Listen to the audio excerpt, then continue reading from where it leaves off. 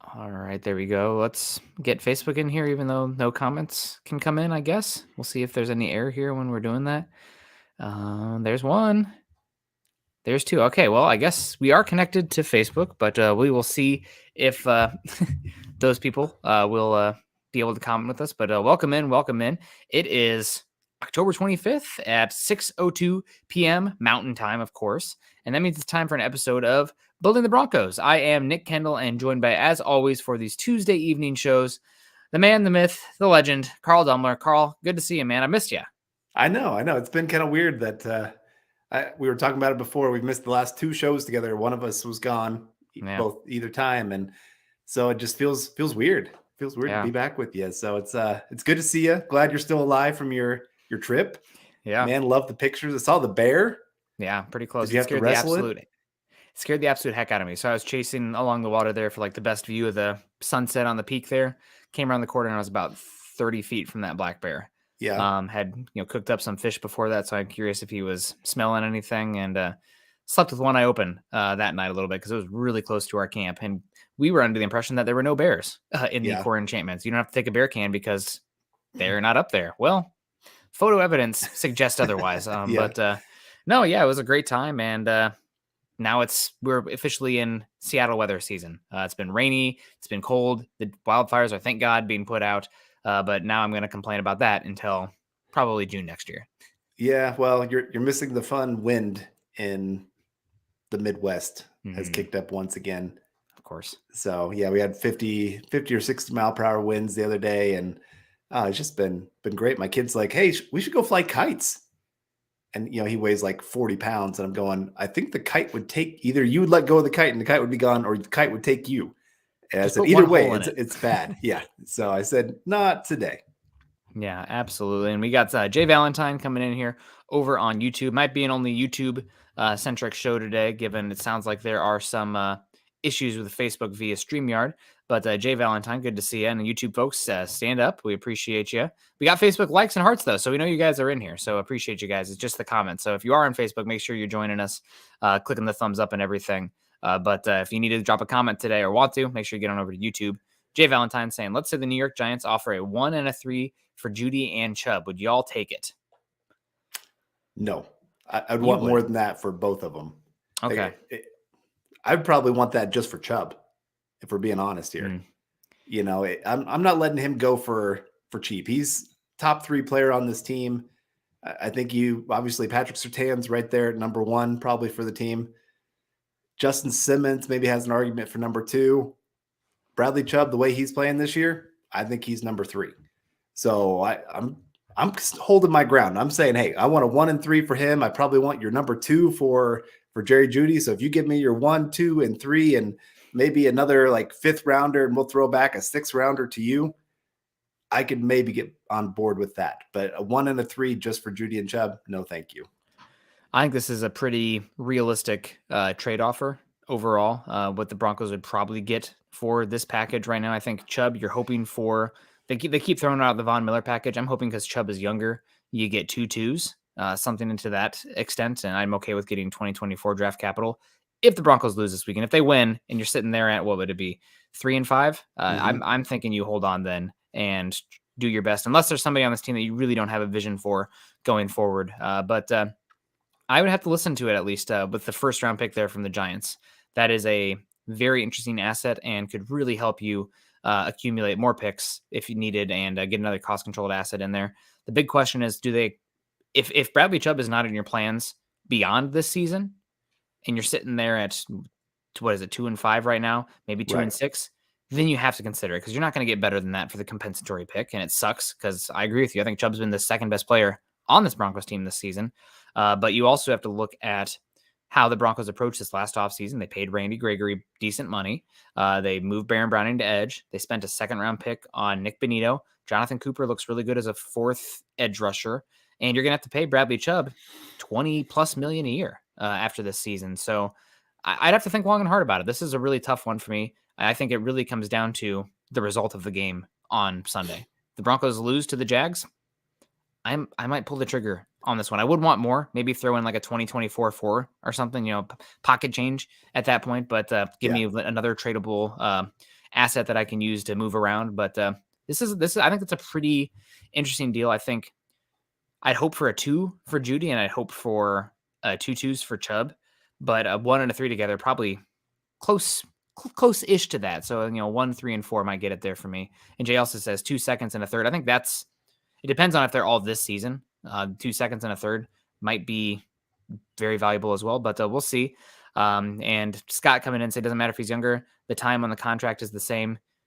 I think it does matter a little bit if he's younger, because you might have long-term aspiration. I mean, the Panthers are asking for 2 1s for Brian Burns. If Brian Burns was 34 years old, they would not be close to asking for that.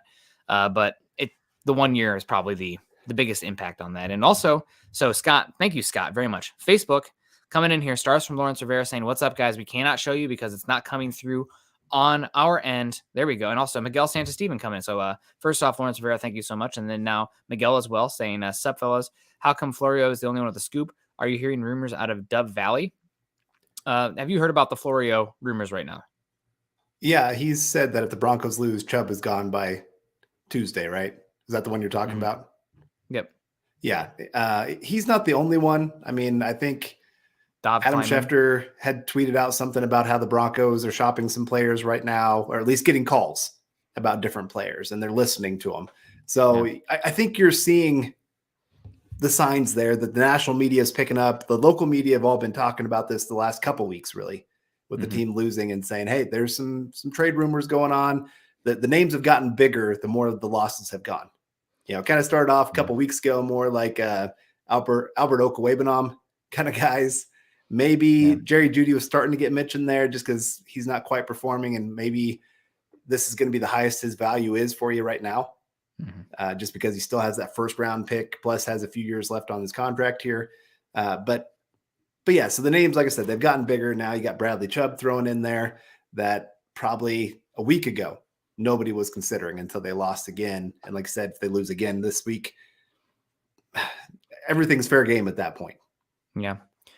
I think with George Paton that if this trade if a trade of Bradley Chubb does come to fruition, I think it's just speculation from a lot of the people in the media. Now, not that Florio and other people aren't connected, but the Russell Wilson deal came out of nowhere. The Cortland Sutton, Tim Patrick extensions, not really a whisper of that before it happens. Von Miller last season, trading him a week before the deadline.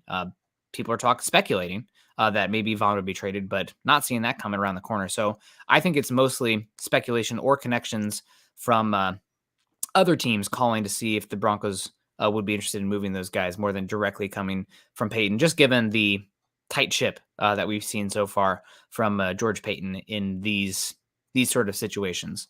We got Andrew Lampy coming in. You guys can't comment, but Scott's helping us out here so much, saying, "Hola, hope everyone had a wonderful day. I'm a little bit tired, but doing well and excited to be here, hanging out with Carl and talking football with you guys." So really good about that, and a little bit of job security here. Carl and I back together on Tuesday nights, and if you guys want to talk about security, Broncos country, if you're like me, you're increasingly getting more concerned about cybercrime with people stealing your private data and invading your privacy. I'm not all that tech savvy. That's why I now use NordVPN on all my browsers, whether it's my desktop, tablet, laptop, or phone. VPN stands for Virtual Private Network, and NordVPN protects you as a one-stop shop for all things cybersecurity. It's incredibly easy for me to use, which means I don't have to be an MIT graduate to figure it out. With just one click, I'm protected. It's very intuitive to use. With my NordVPN account, I can have up to 6 devices protected. I no longer have to worry about hackers, malicious sites, and pop-ups. For the price of a single cup of coffee per month, I have complete peace of mind knowing that my devices and data are protected. Plus, with NordVPN, I'm never a slave to media blackouts, which, living out here in Seattle, West Coast time, is big. Hard to watch the Broncos and the Seahawks are the only thing on locally at the same time. I can switch my virtual location, though, to a market that is showing the Broncos game or any NFL game that I want to watch, so I don't miss out and can watch the action live. Broncos country, grab your exclusive NordVPN deal by going to nordvpn.com/MHH to get a huge discount off your NordVPN plan, plus 4 months for free. It's completely risk-free with Nord's 30-day money-back guarantee. Again, that's nordvpn.com/MHH to get 4 months for free. Make sure you check it out today with nordvpn.com/MHH. All right. Carl, let's see hello to some more people in here. Kevin Gray, good to see us. And Evening Broncos Country. Nick and Carl just want somebody else to call plays. I really don't know. What do you think about? So right now, Nathaniel Hackett's very much on the hot seat. I don't know if you saw, even former Nuggets head coach George Karl has joined on Twitter saying this Hackett guy's got to go, saying this is just unbelievably terrible and incompetent. So let's say the Broncos do move on from Hackett after a loss in Jacksonville. Who's calling plays? I would go to Kubiak. He's called plays before. He understands that kind of system that they're trying. I mean, it works with what they've got going so far. And so I think he'd be an easy transition for the team. He's worked with the quarterbacks, obviously, being the quarterback's coach. So I think it would be, like I said, just be easy all the way around. He makes the most sense for the Broncos at this time. You can't bring in somebody from the outside and say, hey, come on in, bring in a whole brand new system and let's see how that goes. No, you're not doing that. You're going to have to promote from within. This is one of those things where in the offseason, we kind of talked about being worried about too many cooks in the kitchen. I am wondering how the relationship is between Clint Kubiak and Russell Wilson, given that Russell Wilson has his own private quarterback coach in the fold here. So maybe it's better to move Clint from that situation to have a more overarching view on the offense and running that. But I do wonder how that relationship is between those two guys right now. I guess all three of them, given the power dynamics and whatnot, especially with how poor the offense has been and how Russell Wilson's been playing. Yeah, I guess my thought is you can't keep Alton there as well because he's really good friends there with Hackett. I kind of wonder a little bit of that dynamic.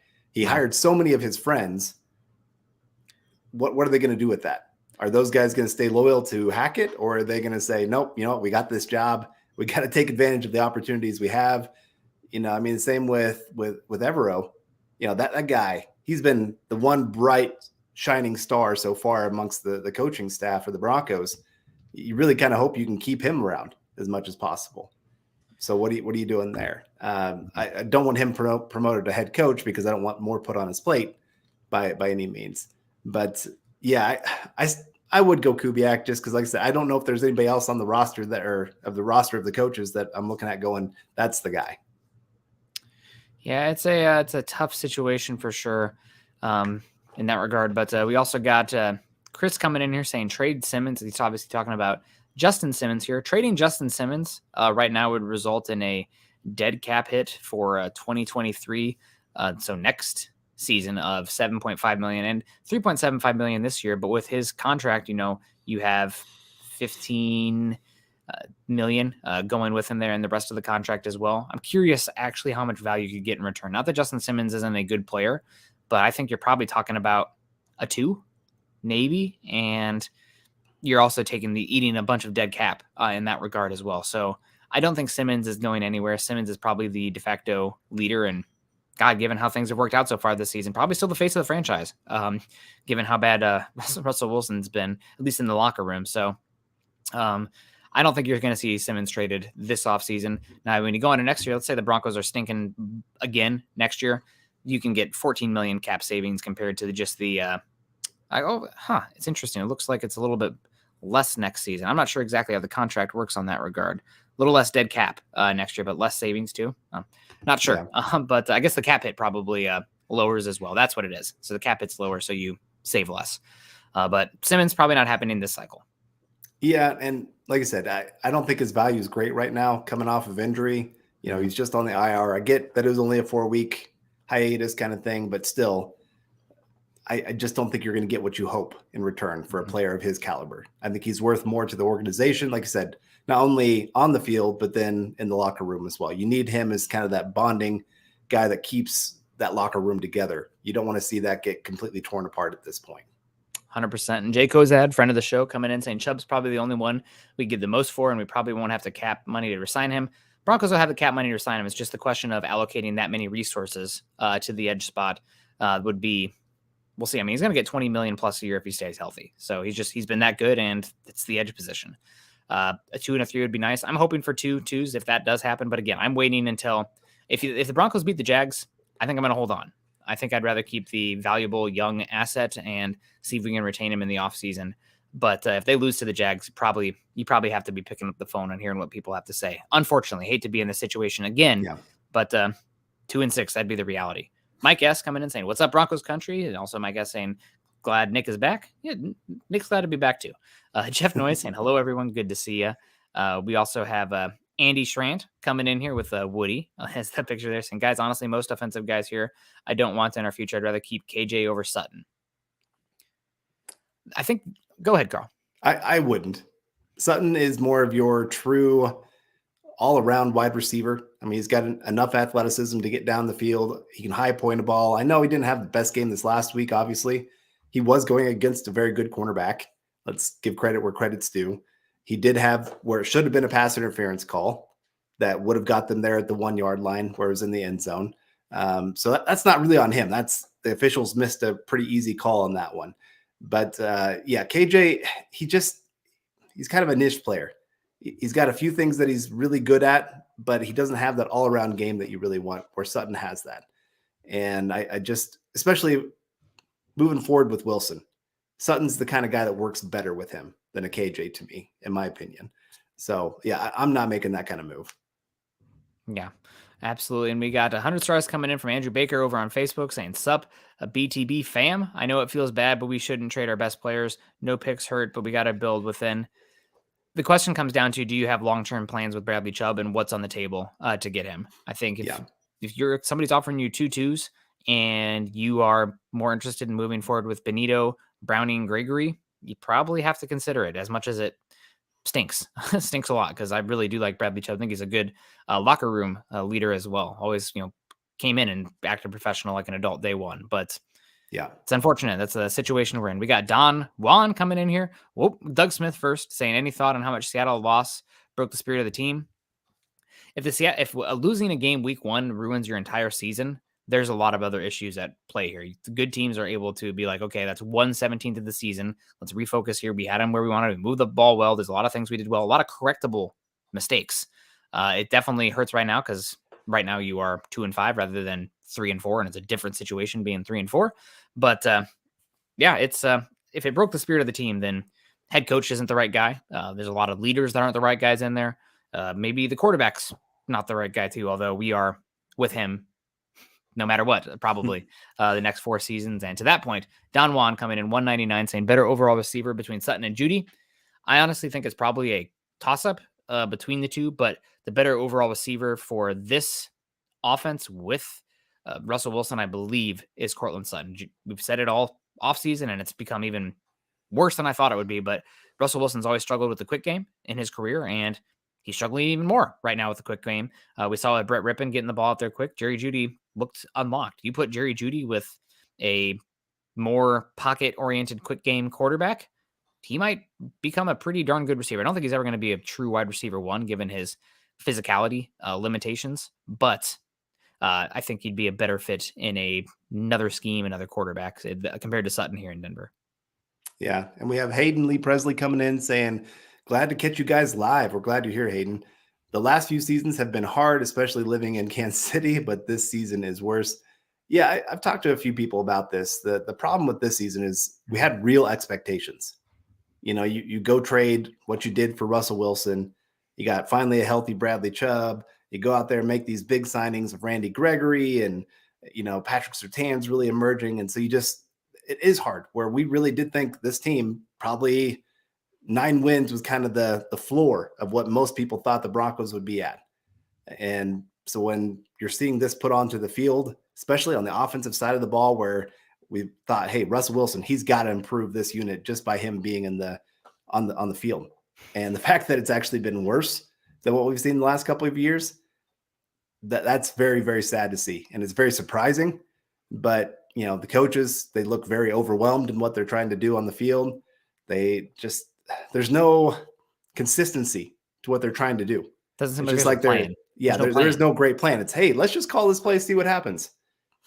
Like the 4th down play in this last game against the Colts, 4th and 3, and you're trying to throw to the end zone. Like, just go get the 1st down. Like, just make sure you secure that. You're not trying to win the game on that one play. Just have some other options available. And so those kind of things, again, they just drive me nuts that you're just not seeing halfway, like, even competent play calling going on out there. And we got John Clay Eventing coming in saying, evening, gents. Do you think if Russ's play continues to decline as it has so far, would he consider retirement to preserve his chances at the Hall of Fame? Really appreciate your super chat there, John. And, a part of it, it's so hard right now. Is it Russ that's declined this much? Or is it just the coaching staff has not done well to meld with Russell Wilson? Or, the system that they brought in? I remember the similar system that when they went out to Green Bay, Aaron Rodgers struggled for the first 8 weeks or so because it's a very complicated system. And you're seeing a lot of guys who are running wrong routes. And I think you're seeing it with the receivers of a lot of these drops. They're overthinking things. They're thinking through, okay, what do I have to be doing on this route? And so I do think if the Broncos continued with this system, with Hackett, you would see at least improvement as it goes, just because guys would get more comfortable with the system. Doesn't mean Hackett's doing a good job by any means. But like I said, it's just complicated. There's a lot of option routes depending on what's being done on the field. And you just got to make sure everybody's getting on the same page. Right now, nobody's on the same page when it comes to what they're supposed to be doing on offense. Yeah, it's discombobulated, to put it lightly, and having a hard time executing. But baby steps. Only 4 penalties this last week from the Broncos. So good to see that. They still lost the game, even though the Jets had 11. But I digress. Probably should have been more. A couple PIs not called, but got to beat the refs too sometimes. And sometimes it goes both ways. We got Andrew Baker, 100 stars on Facebook, coming in saying, "Sup, BTB fam. I know it feels bad, but we shouldn't trade our best players." Oh, we got this one from Andrew already. Thanks, Scott. But Andrew, double dipping here. We appreciate you, Andrew, coming in there. And as far as Russell Wilson retiring early to preserve his Hall of Fame legacy, I mean, I don't think he's accumulated enough great seasons to date. He hasn't been a top 3 statistical quarterback many times in his career. He's been pretty consistently top 7. And if you do that, for 15, 18 years, then you're talking Hall of Fame. But right now, I don't think that he is a Hall of Famer, and probably not going to get there if you're retired. And man, I hope he's not thinking that way, because that would be a very sad reality, just kind of a surrender cobra there for his career. But I don't think that's the case at all. Dave Glassman, 100 stars on Facebook, saying, "How much would the depth cap be if we did trade Simmons?" Sorry, I'm late if you've already answered this. So if you traded Simmons this offseason, you'd take a $3.75 million dead cap this season and a $7.5 million dead cap next season with a $15 million savings. Probably not going to happen. You have a little bit more flexibility after that, but it's this season, then 2 more after that. So I can't really see it happening, especially with the dead cap there. But if somebody comes and offers you 2 2s, maybe you consider it. But people get a little bit concerned about the locker room and everything. If you trade Bradley Chubb, locker room will probably implode if you trade Justin Simmons. He seems to be the heart of that entire locker room right now, and probably the leader on both sides of the ball. Yep. And we got Gary Palmer coming in here on YouTube with a super chat. Good to see you there, Gary. If you have a question for us, definitely get at us, and appreciate just seeing you here on our show once again. Yeah, always good to see the notorious GLP coming in on YouTube, because Facebook's having some issues. So we got Money Moore saying Seahawks fans are loving this. Yeah, they got to be loving this, no doubt. They're going to probably get a pretty good draft pick out of it, unfortunately. But somebody's saying, what do the Broncos have to play for anymore? Or what do they have to, probably better to lose the game? I can't remember who it was. Maybe it was Nick D. Broncos aren't in a position to tank, really, because they're not going to get value. Not that they would tank, but they're not going to get value from the draft pick. So go down swinging. And if you can accumulate more assets in a lost season, that's fine. That's great and dandy. But it's not to the extent, it's not to the end goal of we are playing for a draft position. That's just not how it's going to be this season, which is unfortunate. I think the Broncos, Carl, do you know where the Broncos draft pick would be if the season ended today? Be 5th overall? 6th. 6th okay. overall. So pretty good player with that 6th pick. Hopefully the Broncos get it figured out here, and they can make the Seahawks pick, closer to the 20s, but we'll see. Ryan Slavic coming in saying, "Good evening, fellas in Broncos country. We need to fire Hackett. He is just not it. We need to trade some players to get as much draft capital as we can." Did we already get this one? The new system? Did I read it when we were doing it? Okay. No. What do you think about firing Hackett right now, Carl? I would give him the Jaguars game. At this point, it's too late in the week.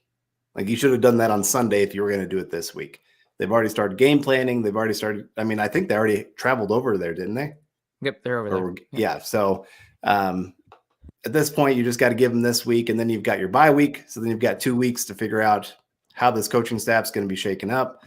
And if he does lose, yeah, I think he should be gone. And I think he knows that. I think he knows this is his final week if they lose. So hopefully that motivates him. Maybe it gets the team going a little bit more. I don't know. I think the players, for the most part, liked him before the season, but I think you're also seeing some of that frustration of, we talked about in the offseason. Is he going to be more of that buddy guy instead of, hey, when things get tough, can he be the head coach that stands up and says, hey, this is not good enough what we're doing?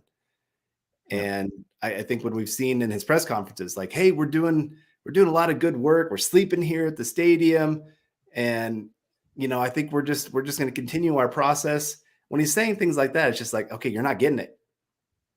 Like, yep. This is not how you got to say, hey, we've got to look at ourselves and we got to change some things up. After that first loss, when he brought in a guy to help him with that game clock and game management stuff, I was like, okay, yeah, he's learning. He's got some mistakes that he's got to figure out. He hasn't done anything like that since. They've just gone out and done the same things over and over again. And it's obviously not working. Yeah, absolutely. And I see a little bit of a conversation here about rebuilding this team and the status of Garrett Bowles this offseason. What do you think about Garrett Bowles and remaking this offensive line this offseason? I think right now, the only guy I'm confident that is back next season out of these starters, or not back, but starting again next season, is Quinn Miners. Yeah. After that, it might be 4 or 5 guys being replaced. I think because of that massive number, that probably is in favor of retaining Garrett Bowles. So there is a little less turnover because it's pretty hard to completely remake an offensive line. But Garrett Bowles' contract definitely sets up where have questions about restructure and whatnot, give him the Graham Glasgow special, and then right tackle, left guard, Dalton Risner, free agent, and center, Lloyd Cushenberry, have been struggling a lot this season. So I think all those are in favor of retaining Garrett Bowles this offseason with probably a restructure. Yeah, I would definitely go to him and talk about that contract and just say, we got to figure out something here because, one, we want to free up some cap space so we can rebuild this offensive line better. Because to me, you don't want to fill that with a bunch of rookies and just hope that they're going to turn out. I'm going to hope that Wattenberg can maybe take over that center position and be an okay player at least, but you never know. I always think of like Matt Paradis, his first year with the Broncos, he was on the practice squad. Next year, boom, he's right in there doing great work for the Broncos. I doubt that's what happens here, but you can hope for the best. Beyond that, like I said, I want some veterans in there. I'm getting a veteran for the right tackle spot. I'm getting a veteran for that left guard spot and maybe a veteran for that center position because I want that unit to be able to grow very quickly. You need them to be strong. And right now it's been bad. Yeah, it's definitely tough. Phil McLaughlin coming in here, 500 stars on Facebook. Thank you so much, Phil. Saying good evening, Nick, Carl, and Deacon Scott. Is there a meet and greet in London? Go Broncos, #MHH for life. The Scott will be there. So I'm not sure if there's a ordained or official meet and greet, but you can reach out to Scott, of course, at Scout Kennedy. And he is definitely going to be there. So we'll have a good time making a trip of it. Going to go to some soccer games, football. European football, or world football as well. So have a good time. If you have questions about that, reach out to Scott. So Carl, getting into the meat of this conversation today, we're talking Bradley Chubb right now. We kind of talked about it a little bit. Let's dig in. What are you looking for here? And are you interested in trading him regardless of the outcome of this Jags game? So like I said, part of the reason that I said that I would want a first and third for Bradley Chubb is in big part because he is a part of my future of the team. Like he's showing me why he was a top 5 pick. He's been a top 10 edge player in football so far this year. Even with Randy Gregory going down, even with Baron Browning going down, like he's still in there making plays. He's still the guy that's getting consistent pressure game in, game out for the Broncos. And I think he's doing some of his best work in the run game as well, of just holding the edge. Does help that he is playing next to DJ as well to help with the run game. But still, like those two, they work great together. And Draymond has been freed up to do a lot of things as well. So it just, for me, Bradley Chubb, maybe I am tagging him next year just to make sure he can have 2 straight years of being healthy before I give him that long-term contract. But that's why I'm sitting there telling teams, hey, he's a part of our future. If you really want him, you got to show us that you really, really want him. So up that offer. I'm not just taking anything and everything that's thrown at me, because otherwise I'm sitting there saying, okay, nobody wants to come to our offer what we have. Let's get that long-term contract signed. Yeah, 100%. Wanted to say hello to a few people in here. Dom's in the house. Paul's in the house. Diamond Rattler's in the house. A few others. David Meckelrath, of course, in the house. Good to see you. Chase Wellner. And our guy Patrick also in the house. I saw him in here somewhere. Patrick, here we go. Patrick, afternoon, gents. Friend of the show out there, Lion Coffee in Hawaii. Always appreciate that. I'm still working through some of the awesome product that you sent us. So thank you so much. Not free advertising here. Wow. Carl sleeps with that one, actually, Patrick. But no, it's good to see you. We also got Mr. Esterodactyl coming in here saying, how's it? Good to see you. God, I saw somebody else in here I wanted to say hello to. But thank you guys so much for joining us today. And Lulu Langley coming in here saying Manning might be interested in the general manager position, which could be open at the season's end. I don't think Manning would be interested in the general manager spot, but who knows? He's got his whole Omaha Productions thing going on there as well. I think he's got a pretty good thing going with the Manning cast. And I think if he was interested, it'd be more of an ownership president kind of position rather than the general manager. But we'll see. As far as the thing that interests me here, and thank you so much for the comment, Lulu, the general manager position being open. So we're talking about Nathaniel Hackett. It almost seems at this point it would take something miraculous to happen for him to turn the season around and retain his job. How hot should George Paton's seat be right now? I wouldn't have it too hot. I think most everything else, you like what he's done. He got the Broncos becoming a very national talking point with the signing of Russell Wilson. I think you like a lot of what he's done with the roster. Even the rookies that have come in so far, even this year, like we kind of questioned this draft class a little bit, but they've performed okay. Dulcich has actually looked like a very promising player for the offense moving forward. Athletic, has good hands, very trustworthy. Bonito hasn't looked completely incompetent out there. You got, I'm trying to think of some of the other ones that have gotten some playing time. Washington, got to work on those fumbles or whatever you want to, I don't know. Some of them been fumbles, some of them muff punts. Got to get that under control, but he's made a few really athletic plays as well for this team. Mathis, I know he had the one really bad game with the penalties, but he looks like a guy that you could build on, that I think could become a true number 2 for the Broncos. So I look at all that. And like I said, the free agency signings, a lot of those have worked out really well for the Broncos. I'm giving them another year. I'm saying, hey, I think you're doing well at your job other than the hiring of the coach. We can work on that. Now you got ownership in place. They can help you with the ownership or with the coaching search, and I think especially with this ownership, when you can promise anything and everything to every coach out there, you can say, hey, we're going to give you the biggest salary possible. You can go after the biggest names now. I think the Broncos at times have almost gone bargain bin shopping for coaches just because they don't have the cash flow to really go big like they want to. Now you don't have to worry about that. You can just say, hey, we're going to give you the world and we can actually give it to you. So I think he's safe. Yeah, I think he is safe. I think he's going to get God, again, it's so weird to be just talking about Hackett like he's a dead man walking, but at 2-5 with how incompetent it's looked so far, just would be probably crazy if he was back next season. Also sound like the owners are not impressed. But we have Naj coming in here saying we really need Russ out there to build any chemistry. I am baffled by what Hackett did to earn the job against 9 other qualified candidates. How do you feel about the players who respond to him being fired? Also, no trades, please. Trades are part of it, and if somebody offers you something for an asset that you don't have in your long-term vision, then you need to consider it. I think that somebody like Jerry Jeudy, who I think is still a pretty damn good receiver, not the best fit for Russell Wilson, who you are married to the next 3 seasons. Somewhat unfortunately. Right now, I think right now we can say unfortunately. So if you can get something for him and look for other assets there, maybe build in the offensive line. You need a new left guard, you need a new center, you need a new right tackle. Probably need another wide receiver that fits Wilson a little bit better, but in my opinion, at least. But definitely will be a bummer there. As far as being baffled about what Hackett did, do you have any thoughts on this? I mean, it's crazy how quickly this went to hell in a handbasket with the whole Hackett thing. I think it's easy to see, like, when he does interviews before all of this fell apart, he's a very likable guy. He can really sell himself well in that sense.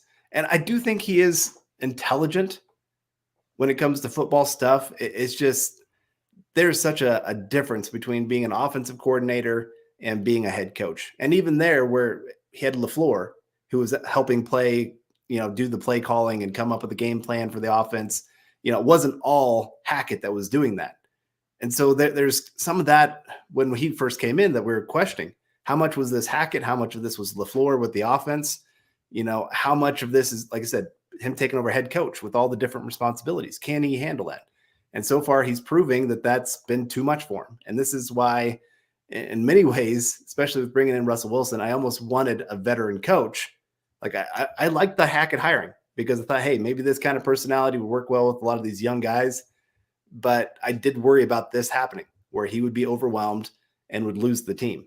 And unfortunately, the worst case scenario has happened with the Broncos. And so I think the next hiring, I would be shocked if it wasn't a veteran coach, a guy that's already been a head coach at some point, coming back, very well respected around the league. I know everybody keeps talking about Sean Payton, but guys like Raheem Morris is another one that I think would be well respected, and the team would be very interested in him. I'm trying to think of some of the other names out there, but like I said, I think you're going to see a veteran coach. Yeah, I think so as well. It's just crazy how much the Broncos pivoted the wrong way. And sometimes I think somebody listened to in the Iowa Hawkeye side of things, John Miller said, one of the worst things you can do when you are hiring a new person in anything in business is react way too hard the other way.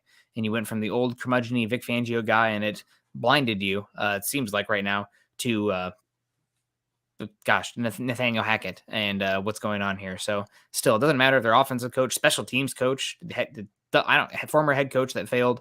Need an adult in the room and somebody who knows what they're doing from a structural standpoint. I mean, somebody in here earlier mentioned it, and almost in jest, but like what I would give to have John Fox in here now to help steer the ship and just get some competency in that room. He's definitely had issues with Peyton Manning, and Russell Wilson is not Peyton Manning caliber quarterback, but even just getting a John Fox in here would stabilize things. I mean, what do you think? Let's say John Fox is the head coach of this team. It's super conservative, but with this defense and whatnot, you thinking 4-3? I mean, definitely 3-4, probably some of the laughable decisions from Hackett. Yeah. The Broncos have found more ways to lose games this year in the first 7 games than they have probably in the last 3 years combined. Like, they've been the more talented team on the field almost every week that they've been out there. Just like I said, just stupid mistakes, stupid penalties. When you get, a couple games where they've had about 150 yards in penalties, that's ridiculous. That's on coaching for being so undisciplined on a lot of things. Guys not understanding their assignments, just not being in the right place. So yeah, John Fox, I think this team's probably 4-3, 5-2 right now with him at the helm. And you're feeling pretty decent about the team at that point. Going, okay, you know what? We've got a winning record, and we're still not quite everybody on the same page yet. Yeah. Oh man, it's pretty rough. We got Benji Clay coming in saying, wish people understood coaching isn't everything. You're absolutely right. Coaching is not everything. What happens when we are still losing team 3 years from now? Worst trade ever, laughing stock in the NFL. It's definitely a bad trade right now. It's compounded by the extension. It's on George Payton now to figure out what they need to do to build around Russell Wilson. We talked about George Payton a little bit ago. Is he fired on the hot seat? He's definitely on the hot seat right now. But I think that with that hot seat, it comes down to him figuring out with Russell Wilson over the next 2 seasons. Like, that's the guy you got married to. I don't fault him for making the trade right now based on the information, but he's got to figure out how to build around Wilson to make it successful because of the contract and just how it all sets up. He's not going to be able to pivot off of Russell Wilson in 2023. Let's say it's bad again next year. Then he's probably gone. Yeah, unfortunately, I like George Payton. I really like most of his moves that he's made. Everything seems to make a lot of sense for the team. I couldn't say that about John Elway. There's a lot of things that John Elway did that we were kind of going, what are you doing, John? Like the first couple years that John Elway, he couldn't miss. Drafting Von Miller, getting Peyton Manning in the building, signing a few other guys. Let's think of like Luis Vasquez, become an all-pro guard for you that you brought in. You brought in all-pro players and Aqib Talib and getting Chris Harris Jr. and those kind of things. But then as time went on, like he just kept making compounding mistake after mistake after mistake. And so, yeah, George Paton, he's got to learn from this big time. Unfortunately, this is kind of a, what have you done for me lately? And as much as I like a lot of the moves he's made, it still hasn't led to the team winning. That's you still got to have it show up in the win column, and that's not happening so far. Yeah. Joseph's saying we need to give the offensive line steroids or something because they're getting pushed around and it's embarrassing. I used to be pretty thinking the offensive line was fine. You get the right quarterback in here. You can survive with a competent offensive line. I still believe that, but times have changed. If you're married to Russell Wilson and with how bad he is with the quick pass game, I think that the offensive line, specifically run blocking, needs to be a massive emphasis for this team building going forward. So maybe over the next few years, I'm even going to become one of the dreaded offensive line truthers to build this team up, because I really think that you are married to Russell Wilson. People asking, what can you trade for him? You're not going to trade him right now with the contract, with everything. I mean, you're talking 2022, 23, 23, 24, after 25. It's probably the earliest you can move on. So 3.5 seasons from now. Yeah. God, who'd have thought, man, Carl? Sorry. You and Mark Schlereth are best friends now? Me? Yeah, you and Mark Schlereth.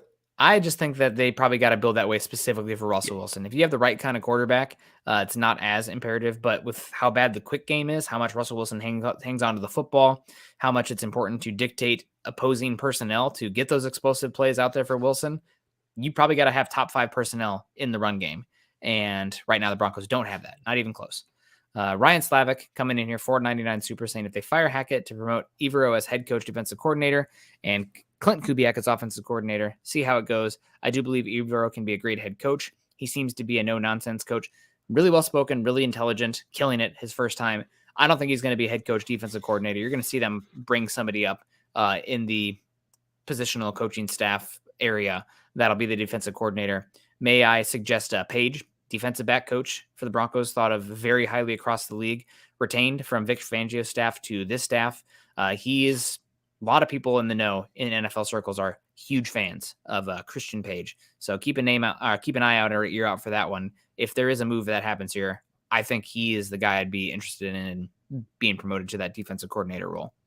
Yeah. I mean, you got some older guys like Dom Capers still on the coaching staff. He's had head coaching experience.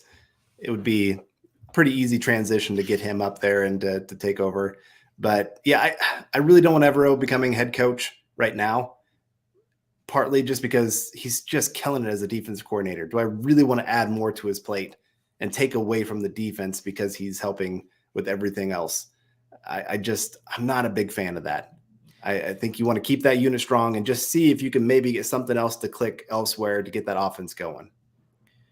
At the same time, though, if you're moving on from, we got Facebook comments now. What's going on? At the same time, if you're moving on from Hackett, probably whoever the new head coach is bringing in their new defensive coordinator. Very rarely do you see defensive coordinators roll over in the NFL from one staff to the other. So if you have any questions at all about Evero ending up being the guy, then maybe it's something you want to see in that regard.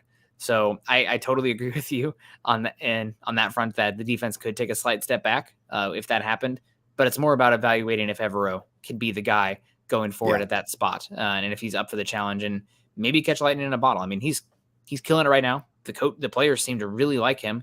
Maybe he does a better job of being that overall, system guy for the entire organization in the locker room versus Nathaniel Hackett, who seems to be a little bit over his skis. Yeah. So I'm not against. I don't think you're wrong either. I just think it's something that you have to at least consider.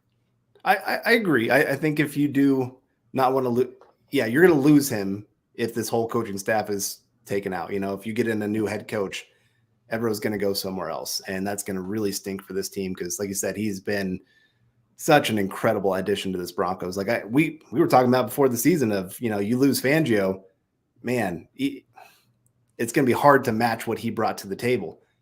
Evero's taken it to a whole nother step. He's done so much better with his pressure packages and figuring out how to get all these different pass rushers on the field and use them to really line up, to overload one side of the offensive line and get guys those one-on-one matchups. It's just been amazing to see.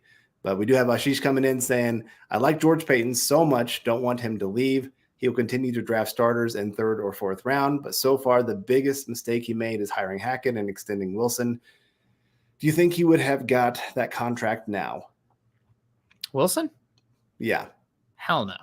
Hell no. No way in heck would that have happened. Now, given what we know, I was okay with it at the time. I was only with the top 10 quarterback. You have a little bit of flexibility here. It's just a 2-year extension on what you had. But obviously looking wrong at that one now. So unfortunately. So, Carl, we're going to start wrapping it up here. But we've talked a lot about Chubb. Are there any other players that you are interested in for moving on from the Broncos potentially, let's say if they lose or if they don't lose? And what kind of compensation are you at least started to get interested in moving them? Yeah. I mean, I mentioned him earlier. Albert Okwuegbunam is another one that's pretty easy to – you're not going to get much for him. You might get a 7th round pick kind of thing because he's not even starting for your team. You just got Dulcich back from injury. He's proving that he could actually be a pretty competent player in this system and looks like he's going to be your number 1 tight end moving forward, for better, for worse. And so I think he'd be one that'd be pretty easy to move. Offensive line wise, if some team comes at me with like a 5th round pick for Dalton Reisner, I'm not going to turn that down. He hasn't been playing that great. He's on the end of his contract. You're probably not going to get much more than that for a comp pick for him because he's not going to get a big contract next. Let's see. Anybody else? Even Melvin Gordon. Like, I know your running back room is all banged up, but if some team comes and says, hey, 6th round pick for Melvin Gordon, I'm okay with that. I think that this kind of system sets up well for you can put a different running back in there, and it's more about the offensive line and how they're doing of how the actual running game is going to go. We've seen it so far. I think, was it Mike Klist tweeted out something about how there's not been a single run over 20 yards so far for the Broncos? Well, that's the offensive line. The running backs can only do so much.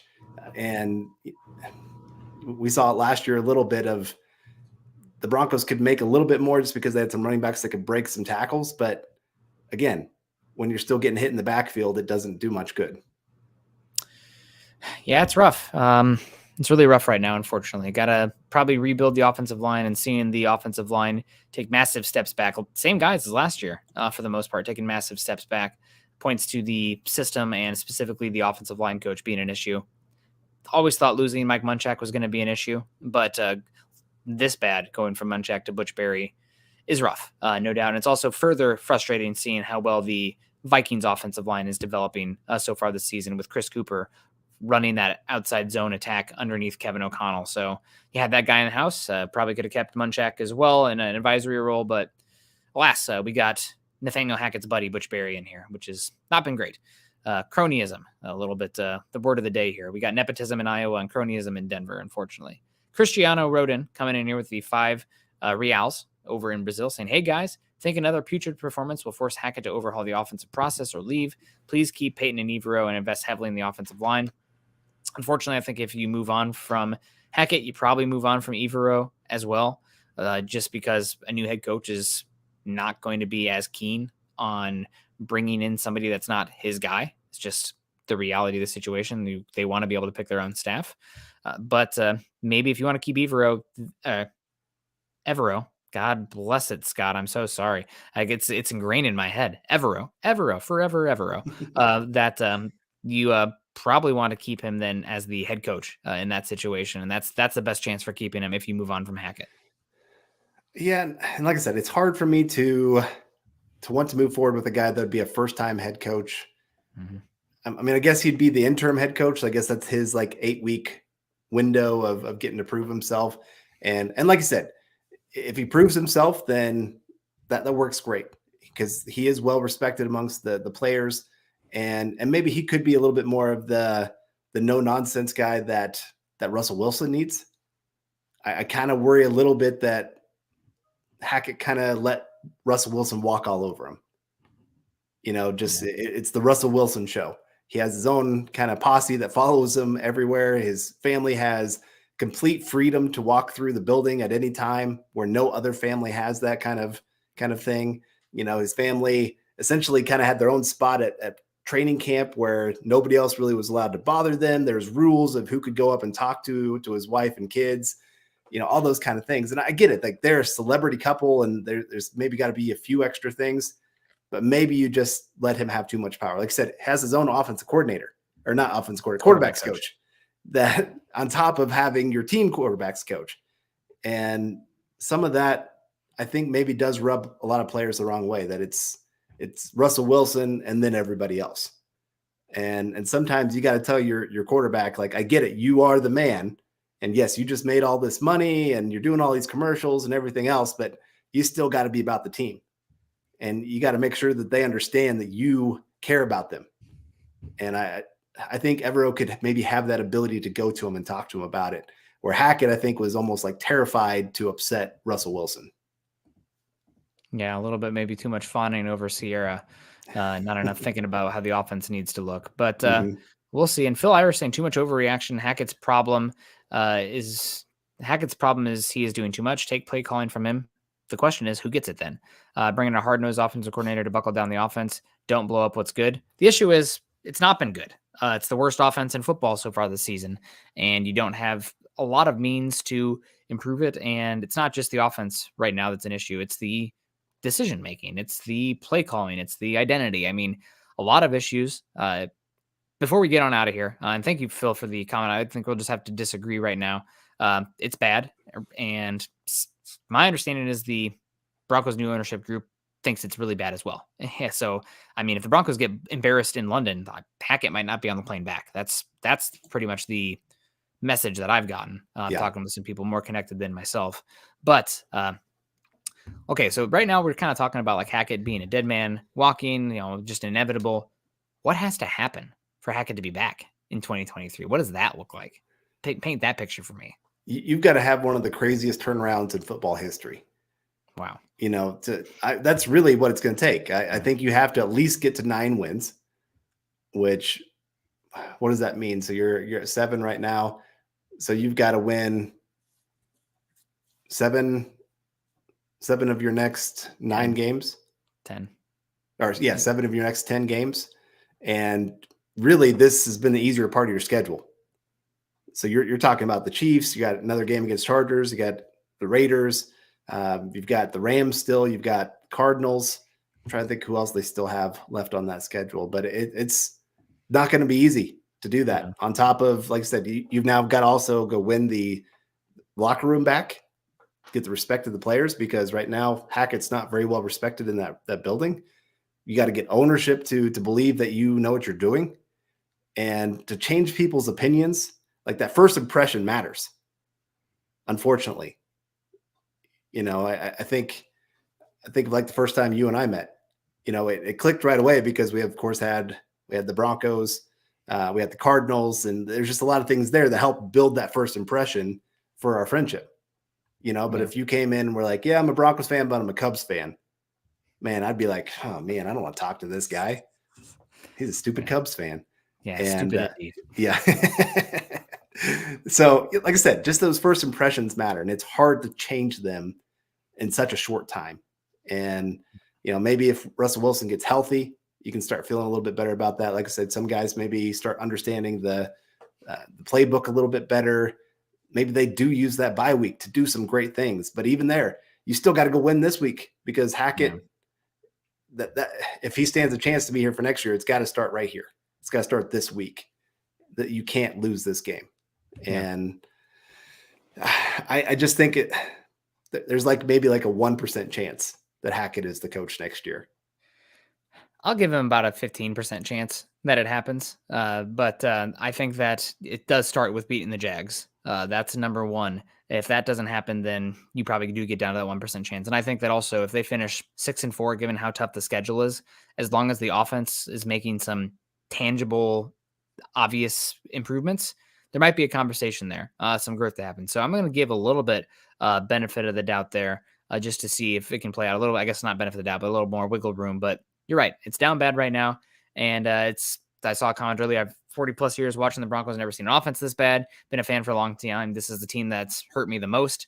It's definitely disappointing. Broncos made a big move this season. Hope was extremely high, and then to see it crash down even worse than it was under Vic Fangio, and kind of the ire of NFL fans, not the ire, but the judgment laughing stock of NFL in general so far this season. It hurts right now. And hearing the Broncos fans, seeing the Broncos fans down to 15% stadium capacity at the end of that game. It's a 1-score game against the Jets. I mean, embarrassing. Yeah, it's embarrassing. So you guys are the fans. We're the fans. So we can call it. And if we're embarrassed, that's how you're feeling. So hopefully it'll turn it around, but still going to keep tuning in here.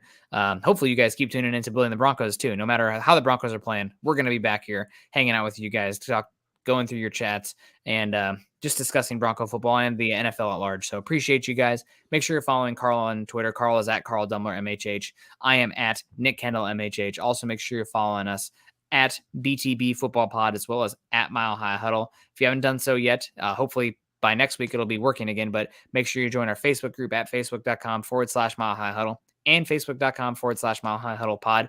And as the ticker says underneath, please make sure to subscribe, like, and share over on YouTube. You guys are great. Carl, it was great to hang out with you again today. What's the rest of your day looking like? I'll probably go help the wife with putting the kids down for bed. And we got kind of a crazy week of school, and they're doing Halloween parties this week. All 3 kids are having their classmates come over. So we got to get the whole house prepared for lots and lots of kids. And so I'm doing the dad thing tonight. What about you? Dinner duty, and then starting to pack for going back to Iowa for a bit for one of my best friend's weddings. So then it's going to be breaks. Then it's going to be watching a lot of football, but resting. I really need a big slumber after this busy summer and a lot of time. So appreciate you guys so much for joining us today. We'll see you guys again later. Make sure you keep choosing kindness and compassion. It's going to get better eventually, right? Right. It's got to get better eventually, right? Okay. Enough time passes. Can't get worse. It'll be fine. But appreciate you guys again. Choose compassion and kindness. As always, go Broncos.